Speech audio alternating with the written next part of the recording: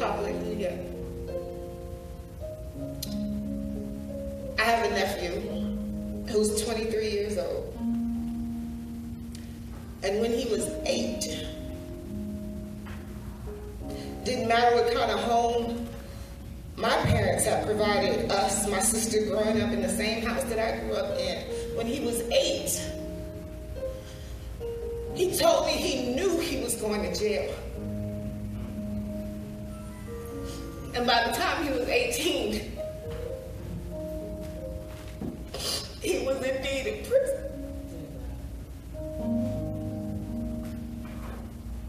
And I don't know what kind of spirit work that has to happen for an 8-year-old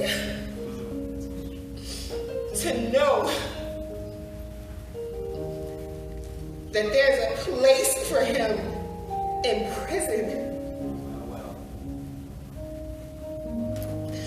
What kind of country and lack of community and humanity has to exist for 8-year-olds to know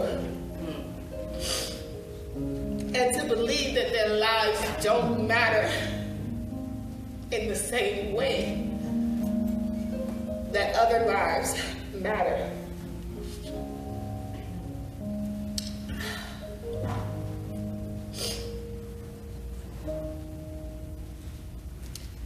We sit in this room right now, not just because there's a political process at play.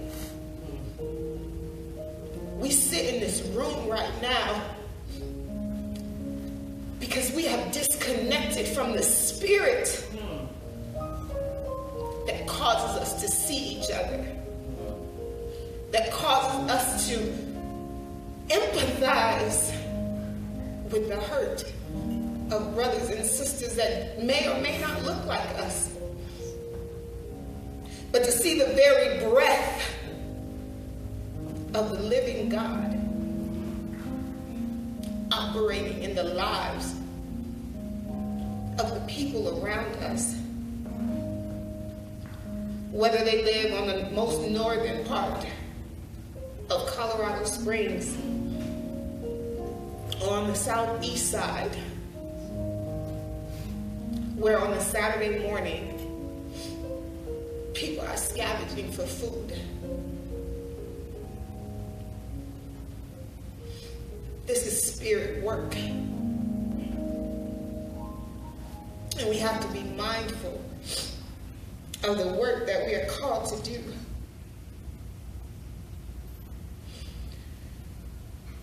I want to thank President Lytle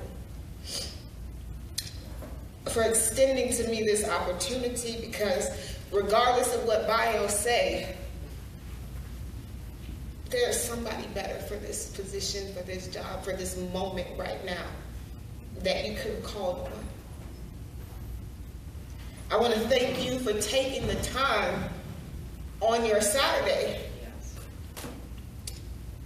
and throughout this weekend to gather in space today to lift up our responsibility to one another. And I also want to be mindful and remind us, Zion, is that your name? Yes. Amen. Amen. We're marching to Zion. Amen. Amen. Absolutely. That people voted and cast ballots that determined to look at human beings as 2 3/5 not human, dehumanized. They voted to establish legislation that discounted the humanity of others. People cast ballots and voted to extend rights and privileges in this country to some and not all. It was legislation that made it profitable for federal housing housing loans to be meted out to some community members, some citizens of the United States, and not others. So when we think about whether or not our votes matter, either you are participating in the conversation, and you are at the table, or you are the food and the topic on the menu. And so it took the work of legislators for centuries to undo the work that was legislated before us. So I want us to be mindful of that when we say, I don't know if my vote matters. Because if your vote is not being counted, the interest of someone else is, who gets up and goes to the poll to vote. For most of us in this room, well, many of us, because I have to check myself now these days when I go into class. I have to ask my students if they know who Madonna is. I keep getting older, but they still keep coming in at 18, 19 years old. So, for most of us in this room, it's not hard, and it would be rather difficult to forget November 4th, 2008. November 4th, 2008 is a date that marked the end to a 219-year reality of only having white male citizens of the United States occupy the office of presidency. Almost 8 years later, November 8, 2016, we may very well mark the end of the gender dominance in the office of the presidency. I remember that November 8th in 2008 very vividly. For it was the first time in my life that I had just a few days earlier made the pilgrimage across ocean, space, and histories to plant my feet on the continent that gave primal context to me as an African American woman. I, along with about 15 other scholars, black scholars from the United States, we were in Cameroon participating in the International Conference on Caribbean and African Literature. And I had traveled out of the country several times before. I've traveled many, many places throughout graduate school and prior to that moment in the African diaspora, but there was nothing that could have propelled me for that moment, which was also amplified by the historic precedent before us. Can you imagine, for black people, what that day was? The first time being able to return to a homeland when your native land is debating and deciding if it would end racial dominance in the highest office of its governance. It was the first time also in my adult life that I had begun to truly understand the enormity of U.S. politics. I think we get some of it, but I don't know unless you travel out of this country what it means for us and the kind of power in the current context of history that the United States has. I was on the verge of turning 30. My first two election or national presidential election experiences resulted in George W. Bush becoming president. So you can take that as you want. There were times throughout that process I was rather disappointed, as we talked about election fraud with Florida and Diddy and his Vote or Die campaign that a number of us in our 20s had rallied behind, so we figured we'd die since our votes seemed to be tossed aside in some way. So that was the context of me, and upon my arrival to Yaoundé International Airport after the peculiar process of reclaiming our baggage is nothing like, I know someone recently said in a debate that our airports are like third world countries. The devil is a lie. They are not. We might need to upgrade some of our airports, but they are not like third world countries. We were gathered by our hosts so that we could be carried out to our living quarters for the week, and immediately, for the next 45 minutes, I was in an international inquisition that I had not prepared for. How are you here? Why are you here? Why are you not voting? What will happen if your ballot is not cast? Are you people crazy? How can you leave the United States at such a time like this? These were the questions from our Cameroonian hosts as they looked to us, trying to reconcile our absence from the United States at such a time. And despite ensuring them that all who were eligible to vote had either early voted or voted by absentee, the questions surrounding the significance of that particular election did not cease. That was until November 5th. In spite of a grueling day of conferencing, and we already had done a lot of conferencing that day, and we had another day ahead of us following, none of us could sleep. None of the American delegates could sleep. All night, Black Americans and Cameroonians, we were glued to the television and waiting for the election results to come in the hotel's lobby. We had listened to as much as the pundits could pontificate. We were so tired of their conversation, and we conversed as much as we possibly could until around 2 a.m. in the morning, when the results and the polls started to close on the East Coast, and they started rolling in state after state after state for the next few hours. And then it happened. As the sun began to climb on the Cameroonian mountainside, all eyes of our newly formed congregation were glued to the single hotel screen as it was announced that Barack Hussein Obama had become the presumptive 44th president of the United States of America. Hallelujahs rang out, rejoicing began to happen. We shouted, we cried, tears were upon us, joy was upon us. The Spirit of the living God, who makes all things right, was upon us. For we had prayed for that often too mythologized moment to manifest, and there we were. Our votes had mattered.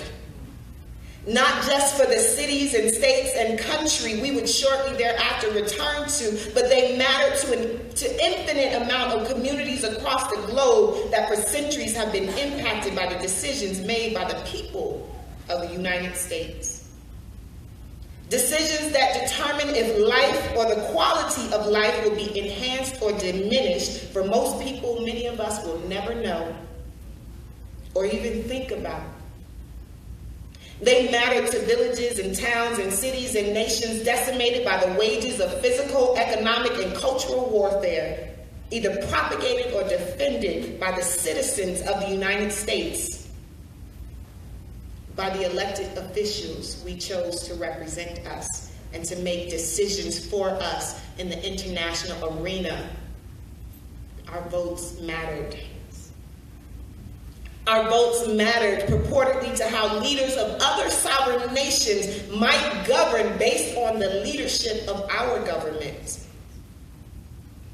They mattered because what our democratic principles are for us might also be adopted by nation after nation, and the drawbacks that we experience when we experience racism, when we experience hatred, when we see that Tunisia is standing with the United States saying Black Lives Matter, South Africa is saying Black Lives Matter, when Europe is saying Black Lives Matter, and we don't get it,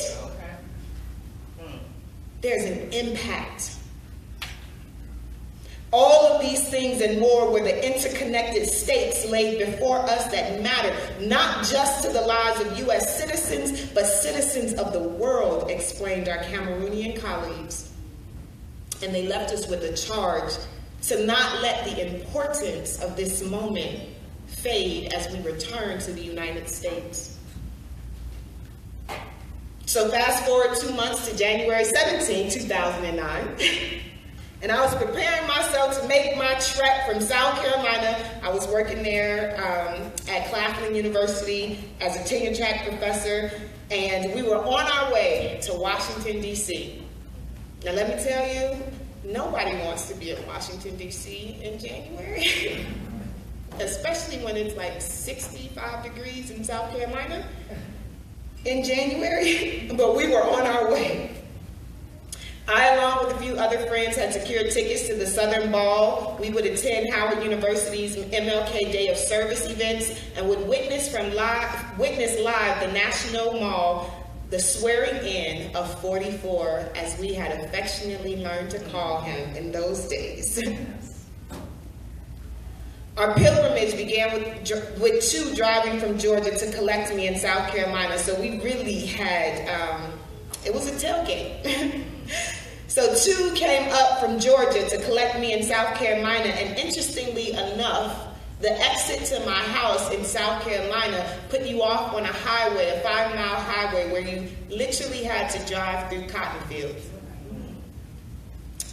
Yes, I was off a route of active cotton plantations. You can call them farms if you want to, if that makes you feel better.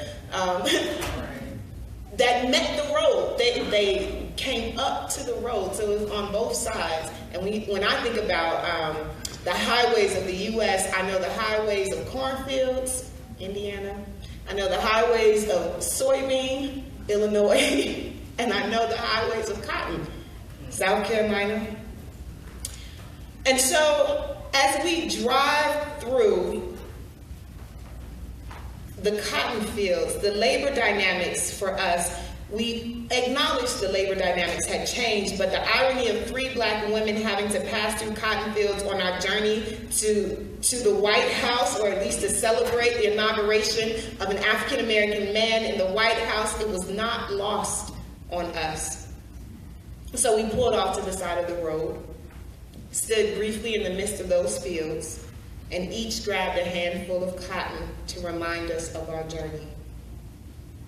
Now, such an act may be silly or inconsequential to those who are passing by, but for us, each graduates of historically black colleges and universities, 2 who have went on later to do the unthinkable in a time and earning terminal degrees in our field, myself a PhD in American Studies and my best friend a DDS from Howard University, we understood the magnitude of pulling that cotton and taking freely from it in that moment. We were taking back a piece of the enormous balance that America still owes black people. Yes. From the mature boils, we held in our hands the long-endured fight for the 13th, 14th, 15th, and 19th Amendments. We held in our hands fibers used to weave the blanket of inequality that continues to smother the dreams of a just democracy in these United States. We held in our hands the blanket that we are convicted to keep and continue to remove from the heads of Americans still slumbering underneath it and unaware of the systems of injustice that persist all around us. We held in our hands those fibers, and we made ourselves a commitment. We knew then, as we know now, we might have won the battle, but this war is far from over. We've heard many times today, you might even be tired of hearing about it, but until something different changes, we must speak about it. We know that the adoption of the 13th Amendment was merely a redirecting for pathways to slavery. America's criminal justice system, as a result of the exception that is still remaining in the 13th Amendment, has the world's largest, in the free world, the largest incarcerated population. Mass incarceration is a multi-billion-dollar industry benefiting the pockets of private sector and not the communities from which they are drawing laborers. And we can talk about it in this way. We think and we talk about crime and what people are doing and whether it's public safety or not. We're really pipelining and funding the private profits of industries. There are 2.3 million citizens behind bars right now, many of them for drug offenses that don't even sit on our books anymore. And yet we have not released them. And for those of us who are not incarcerated, conditions still don't reflect the ideals of justice. 43.1 million Americans live below poverty. Approximately 3 million eligible workers earn at or below the federal minimum wage of $7.25 an hour. I recently gave my students an exercise to do where they were asked to take the state minimum wage. Anybody know the state minimum wage? $8.31. Well, they were asked to take the state minimum wage at the maximum numbers of hours. So if you're working full-time on minimum wage in the state of Colorado, we took the top 10 cities in the state of Colorado, constructed different family scenarios, whether you were single with children, partnered with children, partnered without, single, what have you. And we looked at the top 10 cities and the cost of living that it requires, or at least that we articulate it requires to live. And I asked my students, where could you live in Colorado on $8.31 with 40 hours? And that's assuming you make 40 hours, you get 40 hours a week. Where could you live? Absolutely. The only place they could find was for a single person, perhaps in Pueblo, being able to survive. So don't have a child in Pueblo and think you can survive on $8.31. And then I had to, because I like to kill dreams, right? At least that's what my students say, right? And then I had to tell them that even of the Americans who are making minimum wage or earning minimum wage right now, that 500,000 of them have associate and bachelor's degrees.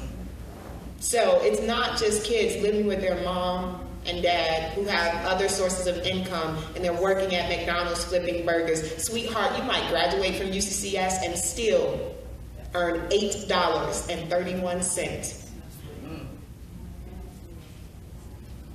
So when we think about this, and ad nauseum, I can continue to address disparity after disparity across our country in various sectors, whether it's education, healthcare, housing, environmental justice. Look at Fountain, look at security, look at these places where we think that Flint is just happening in Flint, but their water in Fountain is not safe.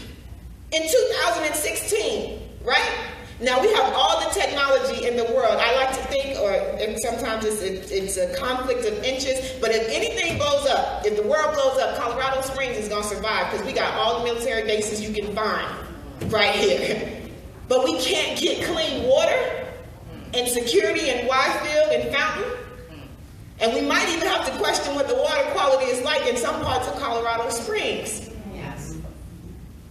So as we gather here today, I would be remiss if any of you walk away with the ill-fated notion that our activism, our lives, our votes do not matter. Our votes and our voices matter.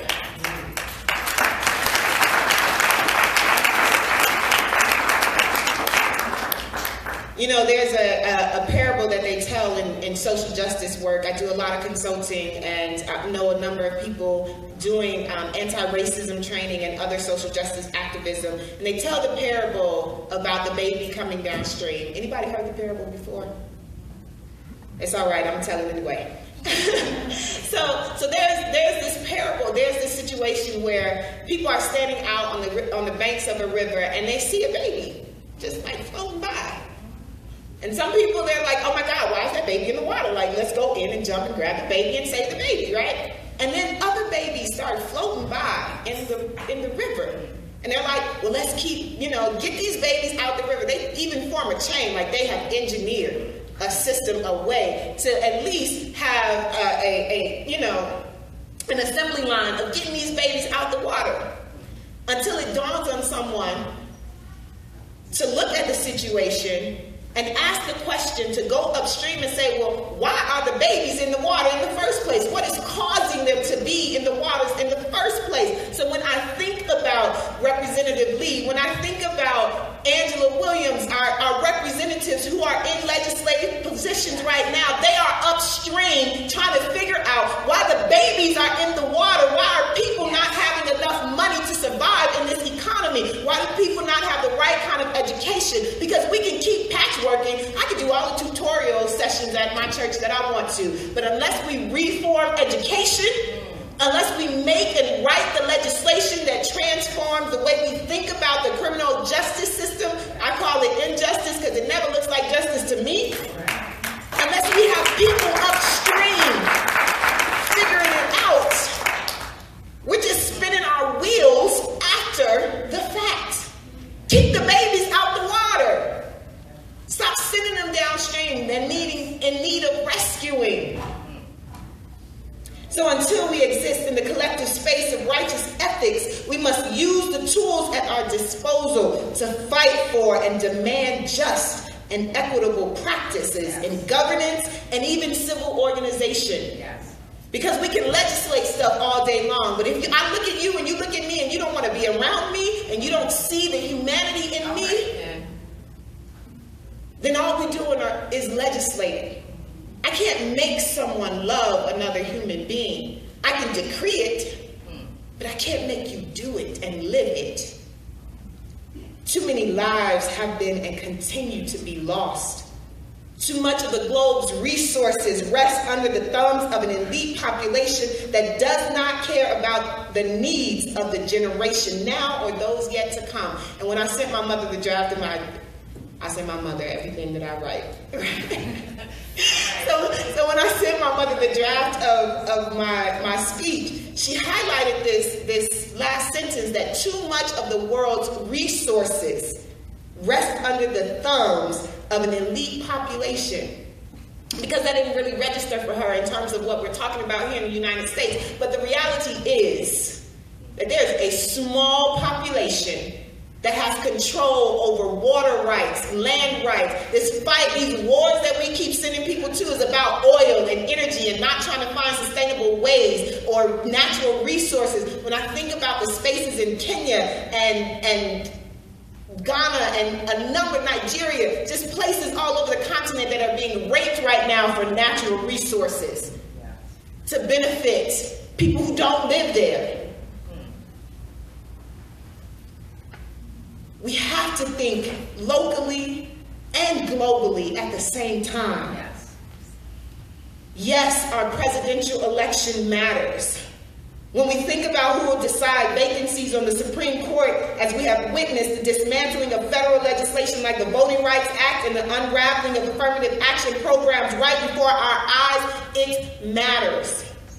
It matters who has the power to nominate judges at every level.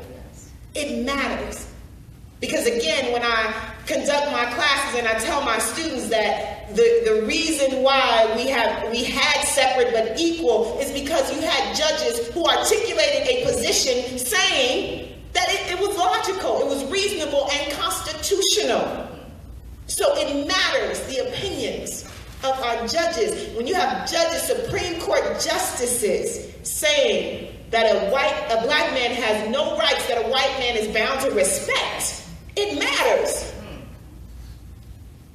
Determining who stands in the Oval Office matters when we consider whether the number of troops will continue to be brought home and effectively supported, or warmongering and global policing will increase by the decisions made from our commander-in-chief. It matters. It matters when we think about what it will actually take to end the era of mass incarceration sustained until most recently by presidential initiatives, presidential supported legislation that created the era of mass incarceration.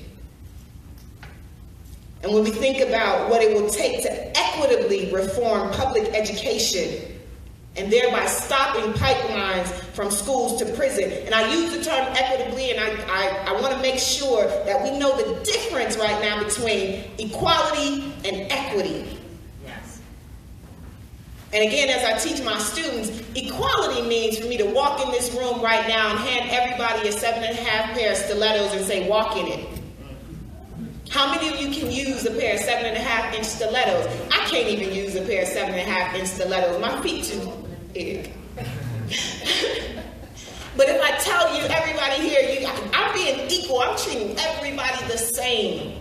But equity is me walking in the room and assessing and asking, if you need a pair of shoes, here are the pair of shoes that will work for you. And if you don't need a pair of shoes, let me provide the items that do work for you.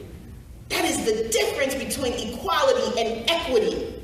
And so, yes, we might have to take some funding from some school systems and pipe it into other school systems, because when we think about equity, it's not about you having the same dollar amount, because you didn't have the same dollar amount that was exorbitant and multiplied by percentages for 50 years. And these students here have nothing or little to nothing. So we might have to do some equitable adjusting. Yes. But I will not have you deceived, as we have already talked about, that the presidential election is not the only thing that matters. That's the thing that entertains us right now, if you're into that kind of stuff.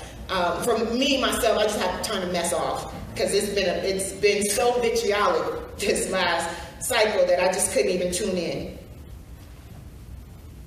What might matter even more,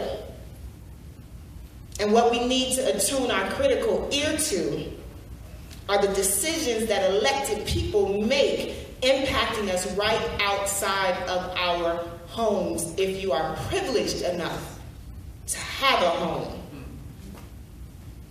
In Colorado, this election cycle, voters are being asked to consider ballot measures concerning livable wage increase. I just told you, can't nobody live in Colorado, not the top 10 cities in Colorado where most of you live, on minimum wage. The elimination of slavery from our state constitution is 2016, and we still have exceptions to put people into slavery. We are being asked to consider who has access to sustainable health care in our state. Again, 2016, we're one of the wealthiest countries in the world, and people don't have health care. And we recognize when people are well, and not just healthy, but well, crime decreases. Issues that we continue to talk about, public safety, they decrease when people are earning and healthy. Yes. We're being asked to decide whether one must be a party affiliate to participate in primaries, right? So I've been here a long time, and I refuse, because the food, I can't take the same side of different side of the same coin. I can't do it. But we don't get to participate in whether or not who will be or who won't be on the ballot, on the ticket. And then when I raise questions, my good friend who started y'all off on Thursday, we've had robust conversations about this election cycle. When I raise questions about independent parties, people are all off in arms saying, well, that's just a wasted vote.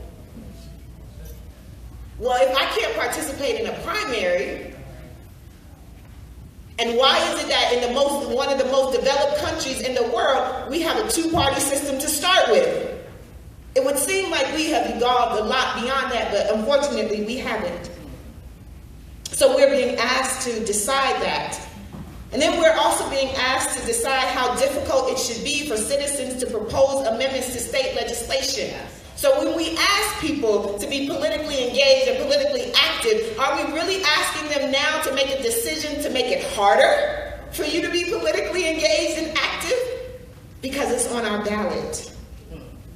And for Wyoming residents, if we have anybody from Wyoming here right now, you're being asked to decide the rules for how state funding gets invested. This state funding, which can then be used and reinvested into equitable education, criminal justice, and housing practices. Pay attention to what is on your ballot. Yes. And in Montana, you are being asked to critically think about how victims of crime should be protected under state constitutional law, and that's an important piece. But then you're also being asked in the same way, and if you're not critical, you might miss it, to what degree should an offender's offense materialize into perpetuity? And so there are two critical elements to that measure. And it might sound good on one hand, and we might all want to be loving and say that victims need to be protected, but doesn't mean when we talk about restorative justice, when we talk about rehabilitation, that a person's crime is supposed to live and follow them forever and the rest of their lives. It matters. And furthermore, we will elect state and federal legislators that will do jobs in representing all of their constituents if we are upholding them to respect their constitutional responsibilities. I hear senators like John McCain talking about and proclaiming that if Hillary Rodham Clinton is elected president, that we will do whatever we can to stop any nomination for the Supreme Court. If any one of us walked into the job that we applied for and told them, I'm literally not going to do my job, if you allow this person to be my boss, we would be quickly out of a job. But I have to wonder and question our state legislators who work at the federal level of the same thought. And will they work to block what is beneficial to all constituents in the state of Colorado? Or will they work in self-interest? So it matters. It matters for us to critically examine and take the time to research the records of local judges and state judges to wisely determine if their positions should be retained. I can't emphasize this enough. Because most of us, we get to the judges and we're like, I don't know who that is. But you have right now, if you are registered to vote, most of you have right now your ballot. You have 17 days. Look up the opinions and the records of these judges, because we cannot continue to advocate and cry aloud and say we need criminal justice reform, but when it comes to our responsibility in deciding who is making decisions to lock people up, we refuse to do the work. Yes. Otherwise, we're just elucidating for our own benefit, like we just, using flowery language for our own benefit.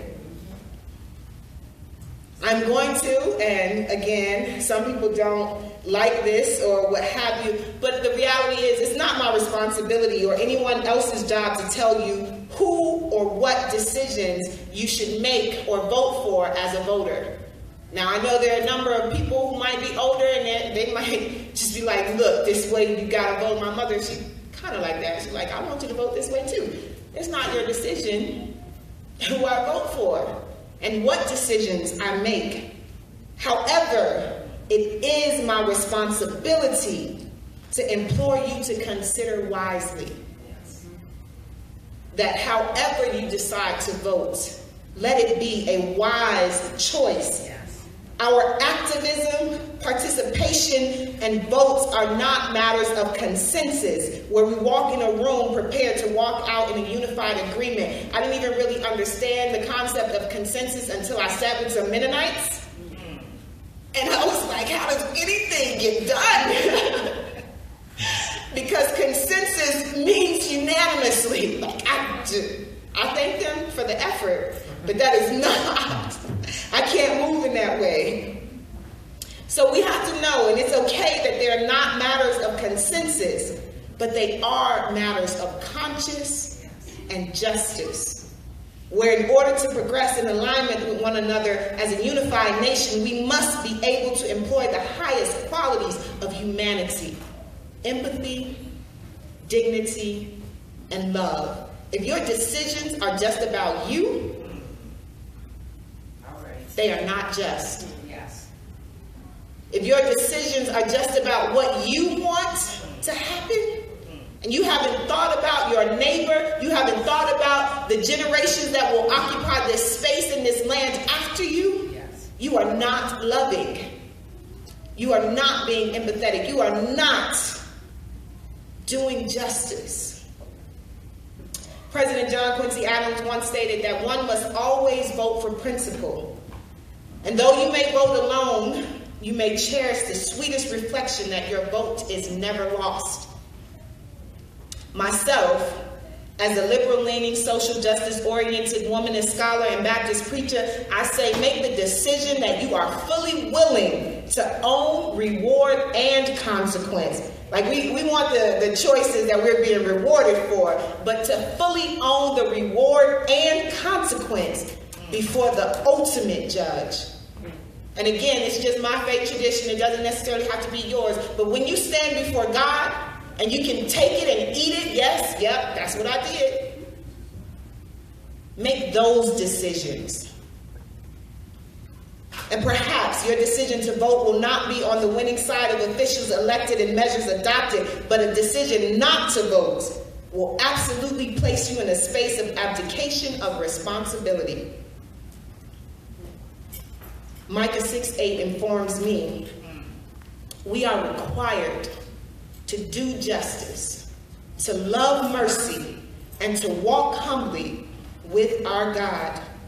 One cannot neither speak of justice or loving mercy inactively. To speak and not act is an exercise in futility. Yes. Go somewhere and sit down if you're not going to do anything. All right. We must act. We must speak. We must do. And if you have not already done so, pledge to study your ballot items today. If you need some help, ballotpedia.org has every election item concerning your federal, state, and local races this election season. I will say it again, Ballotpedia. If you are looking like, Dr. Rose, I don't even know who and what is on my ballot, write it down. Ballotpedia, one word, .org, has every election item concerning your federal, state, and local races this season. Look it up. Yes. We don't have the luxury to be ignorant when we go to the polls. And as you are committing to do that, commit to voting someday from now until November 8th. We talk about November 8th. You can vote today in Colorado. Your ballots are in your homes in Colorado. You can vote now. You don't have to wait. If you're like, well, I don't know, I got to work on Tuesday, put it in the mail. There are drop boxes. But if I stood with tens of thousands who arose in the wee hours of the morning, some earlier than they had ever awakened before. They don't even get up that early to go to work or to school. And we bundled in as many layers available to us because it was below freezing. And we stood on that National Mall just to witness some of the fabrics of injustice unfolding before our eyes. So when we sit in this room today, on this campus, in this conference, as beneficiaries of ballots formally cast,